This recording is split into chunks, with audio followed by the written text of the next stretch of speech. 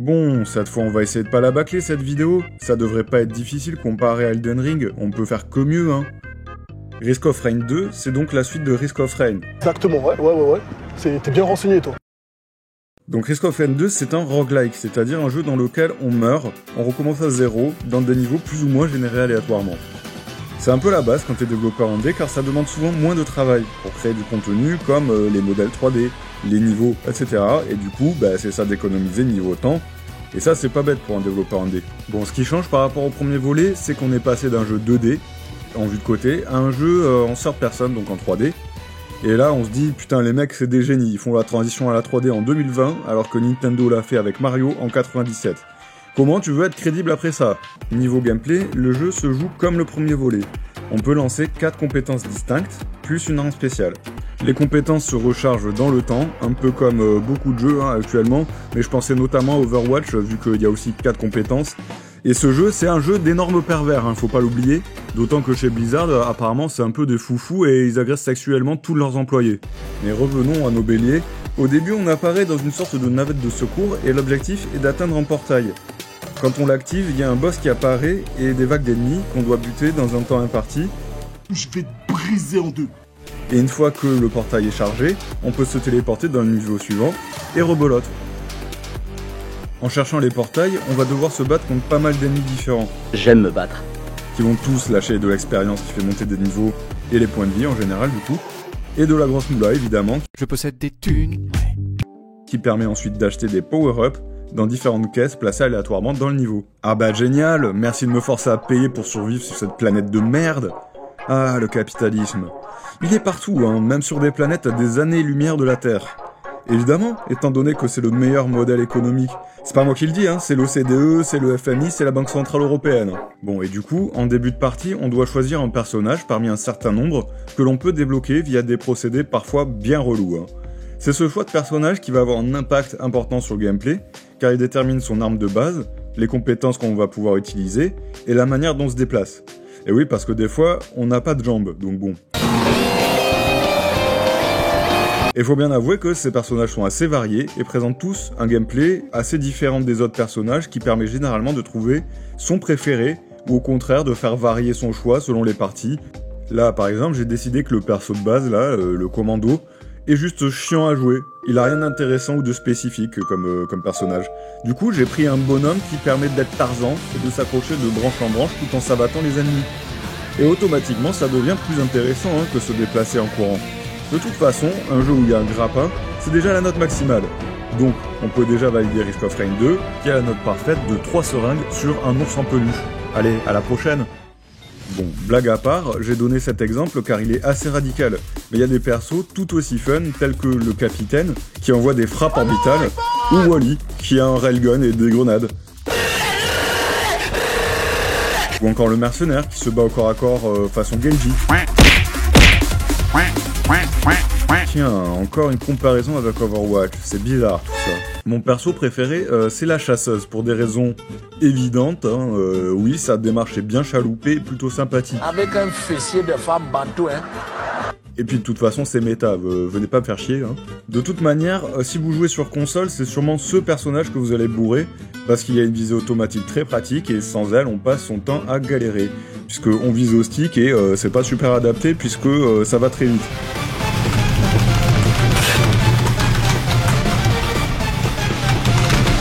Un peu dommage de pas avoir adapté les autres personnages pour la manette, et je conseille du coup le jeu sur PC actuellement. Et comme Risk of Rain 2 est plutôt un bon jeu, il est possible de personnaliser sa partie en choisissant entre 3 difficultés. Bon, ça ok, c'est un peu normal vu le type de jeu. Cette difficulté, ça va changer la vitesse de scaling de la difficulté. Ouais, ça veut rien dire là, mais je reviendrai sur ce point, vous inquiétez pas. Et il y a aussi les artefacts qui viendront modifier les règles du jeu, on peut en équiper un par partie, et ça permet par exemple de spawn avec un personnage différent d'un niveau à l'autre, ou de faire en sorte que les ennemis lâchent les power-ups au lieu de pouvoir les acheter dans des coffres. Et du coup ça impacte fortement sa façon de jouer, tout en restant une option pour ceux qui veulent de la variété. D'ailleurs, pour débloquer les artefacts, la méthode est assez compliquée. Dans tous les niveaux du jeu, il est possible de découvrir des fragments de codes secrets qui sont planqués dans le décor, et le dernier niveau de la boucle permet d'entrer ces codes. Ça ouvre un portail vers une zone spéciale dans laquelle on peut actuellement débloquer un des artefacts. Et vous allez pouvoir en trouver pas mal, des trucs comme ça, c'est assez fun puisqu'il faut les trouver par petits bouts, du coup c'est une sorte d'énigme dans le jeu. Et il fallait que je revienne là-dessus, mais pour moi la grosse originalité, c'est le système de difficulté. Et je ne parle pas du choix des 3 possibilités en début de partie, mais de cette barre toujours présente à l'écran, et qui fait augmenter inexorablement, putain c'est dur à dire, inexorablement la difficulté du jeu. Commençant par easy, puis normal, difficile, très difficile, en passant par impossible, je te vois, j'arrive pour toi, et enfin... Et une fois arrivé au dernier stade, ça continue à monter de manière infinie, tant que la partie ne s'arrête pas. Et il y a de plus en plus d'ennemis, de plus en plus forts, de plus en plus variés. Les boss de chaque niveau progressent également selon la difficulté, au point où on doit parfois en combattre plusieurs à la fois.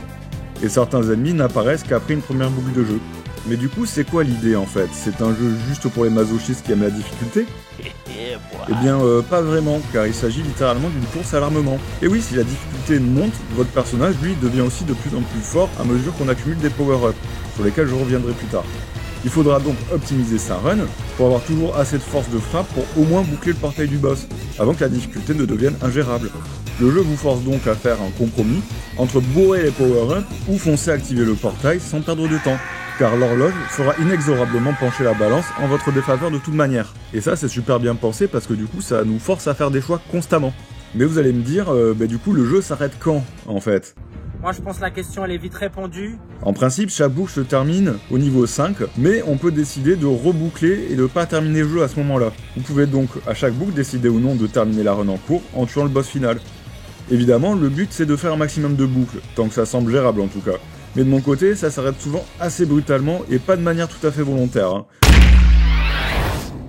Notamment avec un ennemi qui balance une patate de forain hors caméra, ça c'est un peu un classique.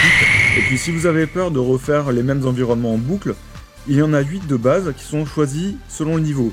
Et il y a donc 2 environnements possibles par niveau. Et en plus de ça, il y a aussi 6 environnements secrets environ, peut-être plus, hein, je les connais pas, aux conditions d'accès variées. On a donc une grosse variété de décors allant de la forêt au désert, en passant par des cavernes et autres montagnes enneigées.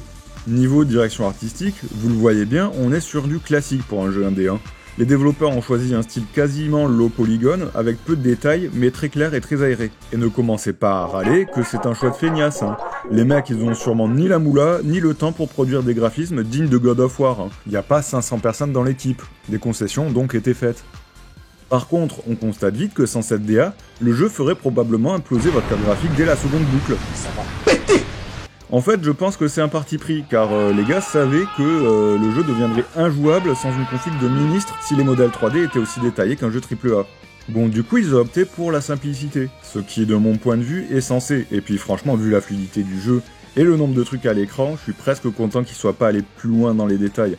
J'ai une bonne machine, mais pour un joueur Switch, ça risquait de devenir problématique. Pour finir sur l'aspect graphique, au final, les designs des personnages, des ennemis et des décors vont bien ensemble. J'ai jamais été choqué par un élément visuel aléatoire, et puis c'est raccord avec le design du premier volet. Au point qu'on dirait presque que c'est une conversion automatisée des personnages, décors et ennemis, donc beau boulot à ce niveau-là au Pooh Games. J'ai eu aucun souci à reconnaître les mêmes éléments que dans le 1, et ça c'est vraiment chouette. Car la DA sur ces jeux est quand même très spéciale et très intéressante. N'empêche, ce qui m'a marqué, c'est l'optimisation du jeu. C'est simple, passé un certain niveau de difficulté, on est constamment assailli par des dizaines d'ennemis qui tirent des projectiles pendant qu'on tire également nous-mêmes avec notre arme, qui active plein d'effets tout en étant entouré de nos satellites et autres tourelles qui tirent également des projectiles. Dans les mains d'un studio moins regardant, on passerait direct à 10 FPS, mais là ça reste fluide et jouable longtemps, et même sur Switch, le jeu reste plaisant. Et ça, malgré un bordel sournois à l'écran. Mais forcément, c'est moins fluide vu qu'on joue sur une sorte de Minitel moderne, hein, donc bon.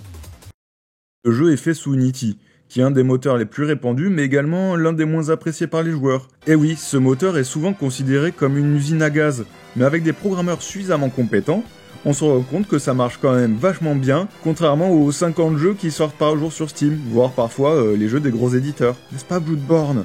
J'attends toujours un portage sur une vraie machine, s'il vous plaît Sony, allô? Étonnamment, pour ce qui est du scénario, on est plutôt proche d'un Dark Souls dans sa narration et son minimalisme. C'est dur à dire aussi minimalisme, hein, vous savez. Perso, si je n'avais pas lu un minimum de logs, et notamment le bestiaire, les power-ups ou les descriptions des personnages débloqués, j'aurais juste rien compris. En réalité, il y a bien un scénario compétent, voire assez intéressant et complexe, même s'il est léger de prime abord. Si ça vous intéresse, vous pouvez toujours creuser le sujet, mais ce qui est cool, c'est que le jeu n'impose jamais rien. Pas de cinématique à rallonge ou de dialogue insipide. Non, si vous voulez vraiment comprendre l'univers, faudra mettre la main à la pâte et interpréter. Mais si vous vous encarrez le fion, pas de soucis. C'est donc à la sauce de chacun, on n'est pas sur un jeu narratif sur PlayStation. Comme je le disais, Risk of Rain 2 se débrouille très bien, avec des biomes distincts qui apportent assez de fraîcheur pour rester fun à parcourir pendant de nombreuses heures. Ces niveaux ont différentes variations dans leur structure, les distributeurs d'objets et autres items qui sont placés de manière aléatoire, et donc il faudra toujours bien traverser en observant ces environnements pour trouver un max de power-up, évidemment le portail qui est placé aléatoirement, et souvent de manière sneaky. C'est d'ailleurs assez stressant quand on ne trouve pas le portail et qu'on voit la difficulté augmenter inexorablement. Heureusement, des particules autour du portail le rendent plus simple à trouver quand il est planqué derrière le décor, et ça, ouf. Un très gros point fort également, c'est la musique de fou par Christoudoudou. Du coup, moi je vais plutôt l'appeler Cristobal, vous m'en voudrez pas. Et donc ce bon vieux Cristobal nous a produit des musiques vraiment trop bien. Déjà elles sont longues, elles sont variées, et en plus elles correspondent généralement assez bien au biome choisi.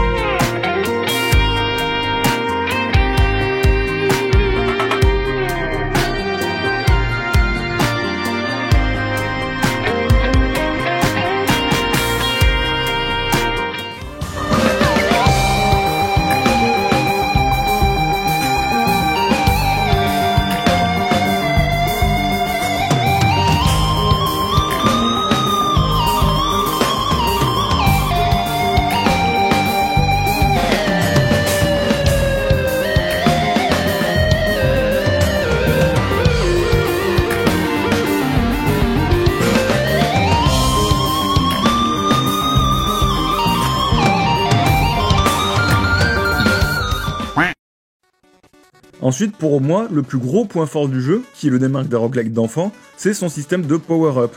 À savoir que j'en ai compté plus de 175. Ça ne laisse pas indifférent. Ouais, ils y sont pas allés avec le dos de la cuillère. Du coup, ça m'a fait penser à quelque chose en fait. Salut! C'est l'heure du Power Up. Allez, essayez de suivre. Ah, si vous y arrivez.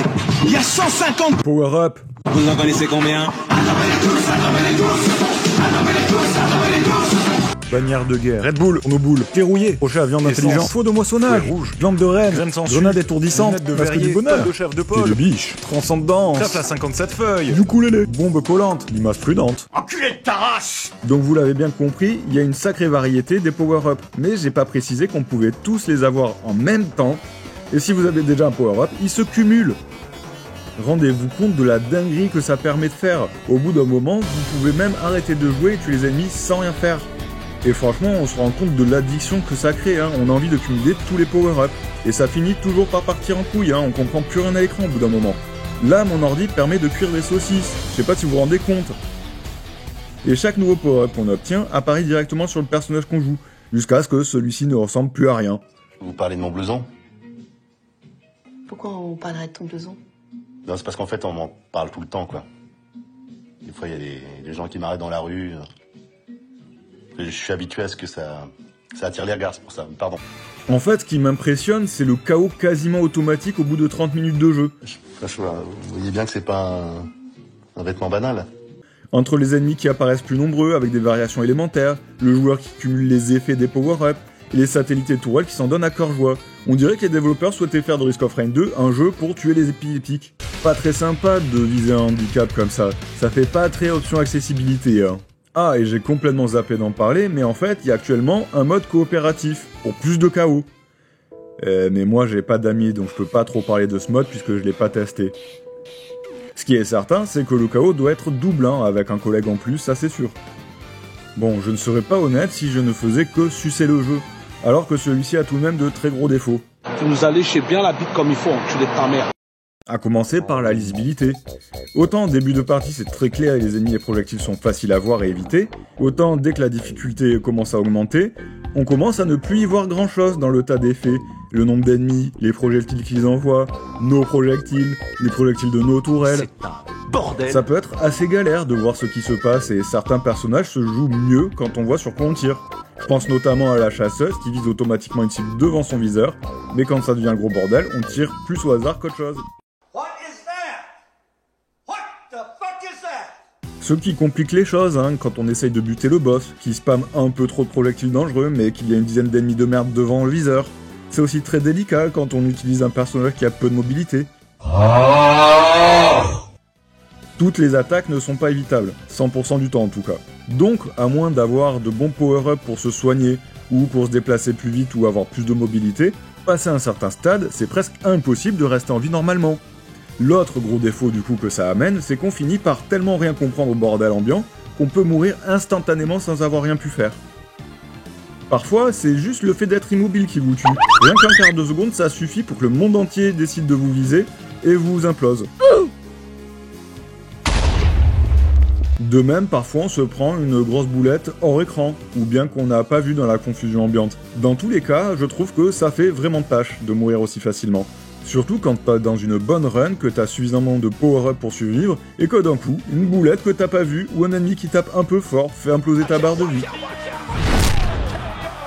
Et ouais, t'étais investi dans ta partie qui a commencé il y a 1 heure, t'as trouvé les power-up rares, t'avais même une bonne quantité de vie et un bouclier, et ben non, tu peux reprendre à 0. D'autant que certaines attaques sont presque impossibles à éviter, notamment les attaques de zone géante, ou bien le boss serpent de lave de merde, qui peut très facilement entrer en contact avec nous sans qu'on puisse y faire grand chose. Et puis qui tant qu'à faire, nous fait brûler en continu pendant un certain moment. Alors j'ai aussi dit précédemment que les personnages sont bien foutus et apportent de la variété au jeu, mais j'en ai quand même trouvé certains pas drôles à jouer, voire nuls à chier. Notamment l'espèce de robot de ses morts, trop chiant à débloquer en plus.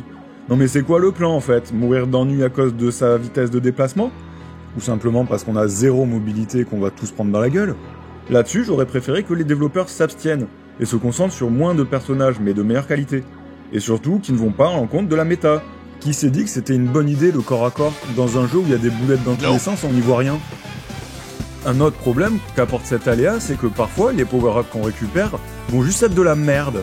Quand on récupère un énième steak, franchement c'est super rageant parce qu'on a besoin de dégâts par exemple.